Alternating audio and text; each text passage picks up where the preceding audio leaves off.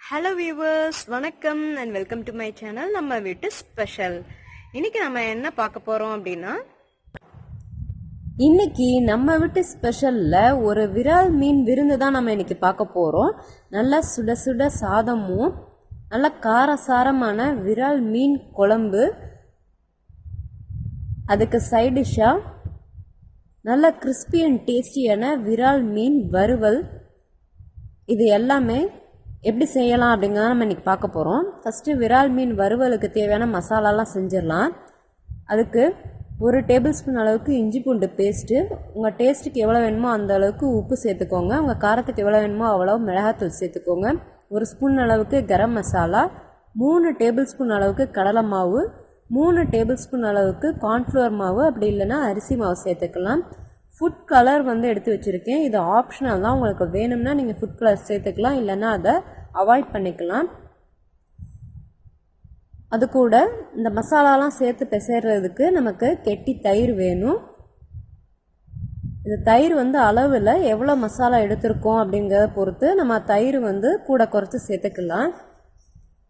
First விரால் மீனை நல்லா சுத்தம் பண்ணி கழுவி க்ளீன் பண்ணி எடுத்து வச்சுக்கோங்க.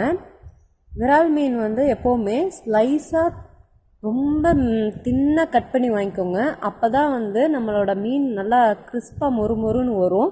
உப்பு காரம்லாம் நல்லா மீனில் இறங்கி வரும். இப்போ மசாலாலாம் நம்ம பிசைஞ்சிடலாம். ஃபஸ்ட்டு எல்லா மசாலாவும் கையால் ஒரு தடவை பிசறி விட்டுக்கோங்க. அப்போ தான் உப்பு காரம்லாம் எல்லா பக்கமும் ஈக்குவலாக ஸ்ப்ரெட் ஆகும். அதுக்கப்புறமா கொஞ்சம் கொஞ்சமாக தயிர் சேர்த்து நல்லா கெட்டியாக ஒரு பேஸ்ட்டு பதத்துக்கு நல்லா பிசைஞ்சு வச்சுக்கோங்க.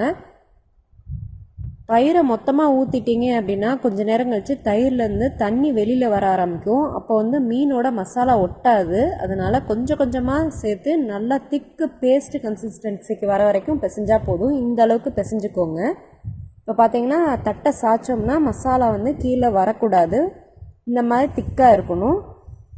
இப்போ மீன் துண்டை ஒவ்வொன்றா எடுத்து நம்ம பிசைஞ்சு வச்சுருக்க மசாலாவை மீனில் எல்லா சைடும் படுற மாதிரி நல்லா ஈவனாக ஸ்ப்ரெட் பண்ணி தேய்ச்சிக்கோங்க. இதே மாதிரி எல்லா மீன் துண்டையும் மசாலா தடவி தனியாக ஒரு தட்டில் எடுத்து வச்சுக்கோங்க.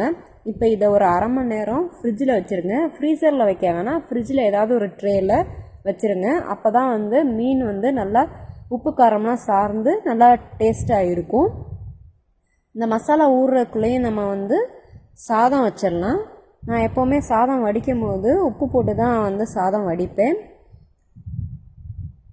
இப்போ சாதம் ஒலை நல்லா கொதிக்க ஆரம்பிச்சிருச்சு. தண்ணி சூடானதுக்கப்புறம் அரிசி ஊற வச்சுருந்தேன் கழுவி க்ளீன் பண்ணி, அதையும் சேர்த்துக்கிறேன். சாதம் நல்லா வடிஞ்சு வர வரைக்கும் நம்ம குழம்புக்கு தேவையான மசாலாலாம் அரைச்சிக்கலாம். இப்போ அரிசி பொங்கி வர ஆரம்பிக்குது. இந்த ஸ்டேஜில் அடுப்பை சிம்மில் வச்சுட்டு ஒரு தடவை கரண்டி போட்டு எல்லாம் நல்லா மிக்ஸ் பண்ணி விட்டுக்கலாம். அப்போ தான் அடியில் சாதம்லாம் தங்காமல் நல்லா ஈவனாக குக் ஆகும். இப்போ குழம்பு மசாலா செய்யும் போது ஒரு பாத்திரத்தில் எண்ணெய் ஊற்றி 1 ஸ்பூன் சோம்பு, 1 ஸ்பூன் அளவுக்கு சீரகம், 3 பெரிய வெங்காயம், ஒரு கொத்து கருவேப்பிலை, அதுக்கப்புறமா 3 பழுத்த தக்காளி, நல்லா நாட்டு தக்காளியாக சேர்த்து நல்லா எண்ணெயிலே சுருள வதக்கிக்கோங்க. இந்த மாதிரி வதக்கி நம்ம அரைச்சதுக்கப்புறம் குழம்பு சேர்க்கணும். இந்த மாதிரி வச்சோம்னா குழம்பு நல்லா திக்காக வரும். வெங்காயம் வதங்கறதுக்காக கொஞ்சமாக உப்பு சேர்த்துருக்கேன். இப்போ இதை மூடி போட்டு ஒரு நிமிஷம் அளவுக்கு சிம்மில் வேக வச்சோம் அப்படின்னா வெங்காயம் தக்காளிலாம் நல்லா சாஃப்டாக வெந்து வந்துடும். இந்த மாதிரி மசாலாவை வதக்கி அரைச்சி நம்ம சேர்க்கணும். இப்போ இது நல்லா ஆறட்டும். அதுக்கப்புறமா நம்ம மிக்சியில் நல்லா பேஸ்ட் அரைச்சிக்கலாம். மீன்வயல் நம்மளோட சாதமும் நல்லா மலர வெந்துருச்சு. இதை நம்ம வடிச்சிட்டோம் அப்படின்னா நம்மளோட சாப்பாடு ரெடி ஆயிரும். இப்போ நம்ம குழம்பு செய்ய ஆரம்பிச்சிடலாம். அதுக்கு தேவையான அளவுக்கு நல்லெண்ணெய் சேர்த்துக்கிறேன். நல்லெண்ணெய் சூடானதுக்கப்புறம் 1 டீஸ்பூன் அளவுக்கு சோம்பு, 1 டீஸ்பூன் அளவுக்கு சோம்பு சேர்த்துக்கிறேன். 1 டீஸ்பூன் அளவுக்கு வெந்தயம் சேர்த்துக்கிறேன். இதை நல்லா பொரிஞ்சதுக்கப்புறம் ஒரு 10 வெள்ளை பூண்டை தோலை வச்சு சேர்த்துக்கிறேன். 1 பச்சை மிளகா சேர்த்து நல்லா வதக்கிக்கோங்க. அது கூட 10 சின்ன வெங்காயத்தை நல்லா பொடியாக கட் பண்ணி சேர்த்துக்கோங்க. ஒரு கொத்து கருவேப்பிலையை பொடியாக கட் பண்ணி நல்லா தாளிச்சுக்கோங்க. அதுக்கப்புறமா நம்ம அரைச்சி வச்சுருக்க வெங்காயம் தக்காளி பேஸ்ட்டு அதையும் சேர்த்து நல்லா சுருள எண்ணெய் பிரிஞ்சு வர வரைக்கும் நல்லா வதக்கிக்கோங்க. இந்த மாதிரி செய்யும் போது தேங்காய் அரைச்சி ஊற்ற வேணாம், நல்லா குழம்பு கெட்டியாக வரும். 2-3 நாளும் கெட்டு போகாது. இந்த மாதிரி பச்சை வாசனை போனதுக்கப்புறம் நம்ம அதில் மசாலாலாம் சேர்த்துடலாம். உங்களுக்கு காரத்துக்கு தேவையான மிளகாய்த்தூள், ஒரு 1/4 ஸ்பூன் அளவுக்கு மஞ்சத்தூள், 3 டேபிள் ஸ்பூன் அளவுக்கு மல்லித்தூள் சேர்த்து நல்லா வதக்கிக்கோங்க. அதுக்கப்புறம் ஒரு பெரிய எலுமிச்சம்பழம் சைஸ் அளவுக்கு புளியை ஊற வச்சு நல்லா கரைச்சி புளி தண்ணியை சேர்த்து அதுலேயும் நல்லா கொதிக்க விடுங்க. புளியோட பச்சை வாசனை போனதுக்கப்புறம் நம்ம மீன் சேர்த்துக்கலாம். அது கூட உங்களுக்கு தேவையான அளவுக்கு, குழம்புக்கு தேவையான அளவுக்கு உப்பு சேர்த்துக்கோங்க. உங்களுக்கு குழம்பு எவ்வளோ திக்னஸ் வேணுமோ அந்த அளவுக்கு தண்ணி சேர்த்து நல்லா கொதிக்க விடுங்க. குழம்பு வந்து கொதிச்சு வந்திருக்க ஸ்டேஜில் நம்ம மீனை பொரிச்சிடலாம். மீன் பொரிக்கிறதுக்கு தேவையான எண்ணெயை ஊற்றி நல்லா கோல்டன் ப்ரௌன் கலர் வர வரைக்கும் மீனை பொரிச்சு எடுத்துடலாம்.